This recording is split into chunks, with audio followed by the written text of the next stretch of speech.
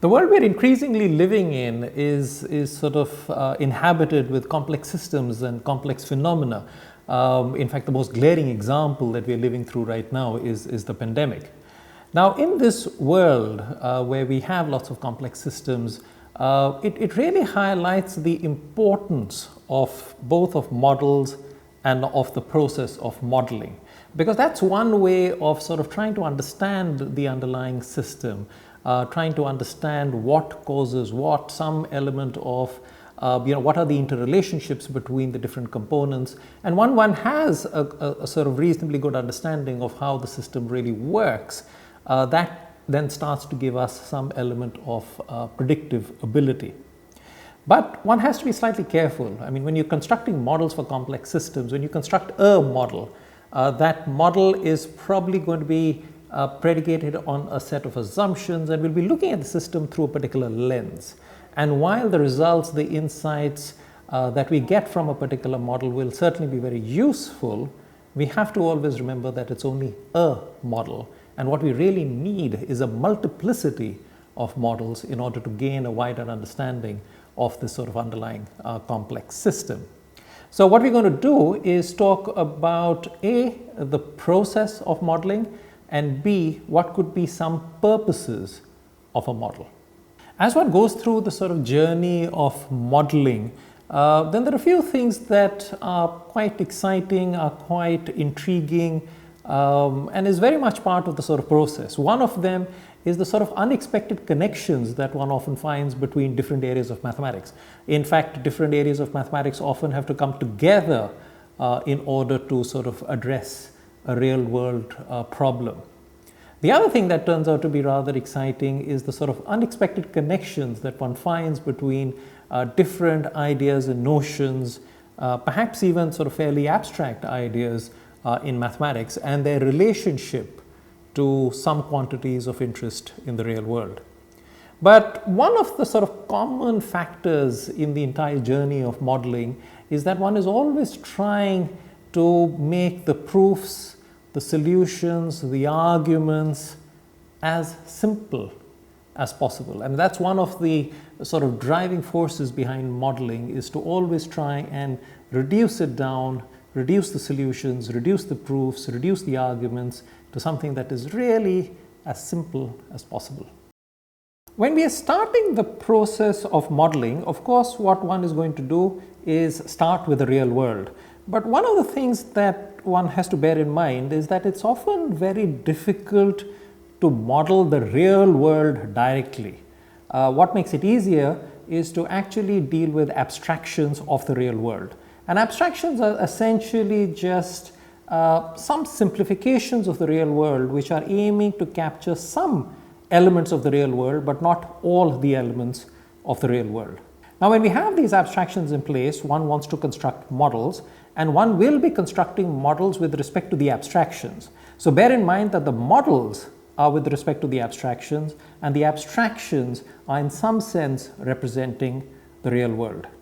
So when we have the models, we then would conduct analysis and computations to get a broader sense of what are the solutions of that particular model. And when we have done all the analysis that we can possibly do and use computations and the computer to try and understand elements of that model, that is when we try and test it with data and perhaps with some simple experiments.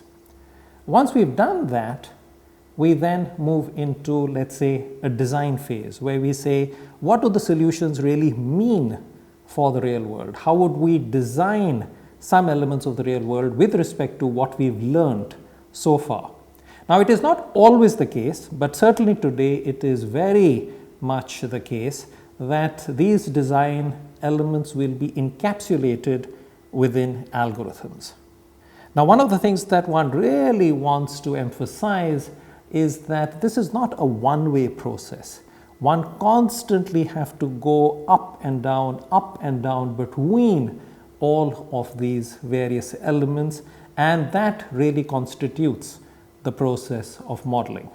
So we want to highlight that it's really important to go between these different various levels because that truly helps us to understand which aspects are really useful and which parts of the real world perhaps can be left out. When you're looking at the sort of purposes of a particular model, then there could be numerous purposes of model. One of the simple initial purposes would be to explain and or predict mechanism, which is to say, why do systems behave the way they do, and can we make predictions based on the past? I mean, those are two sort of holy grails of the sort of purposes of a model. Can we explain mechanism? Can we predict mechanism? Another common sort of purpose of models and modeling could be to identify the various distinctive features in a particular system, or to identify the most distinctive feature in a system. One may of course want to use models and modeling to differentiate between what really matters, and what sort of matters.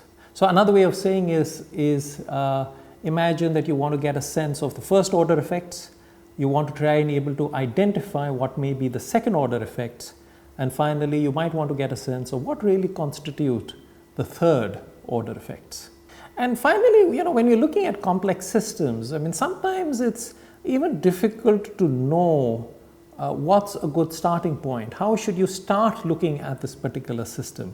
Before you even get to the point of understanding a particular system or trying to be able to make any element of predictions, just how to look at it. So sometimes what may be a very useful purpose of a model is simply to try and convince others of your point of view, saying, hey, why don't you look at this particular system from this way? And you're constructing a model with that purpose in mind. The simple purpose is to convince others of your point of view.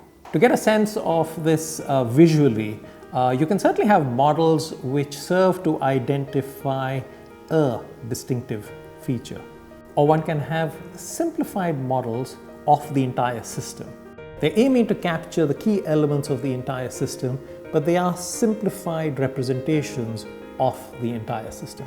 One can of course aim to have real-world experiments which will then have all the details in there. So then you get a sense of what the real system looks like. But the key message that we really want to get across is that there is no one correct model. Different models can indeed have very different purposes.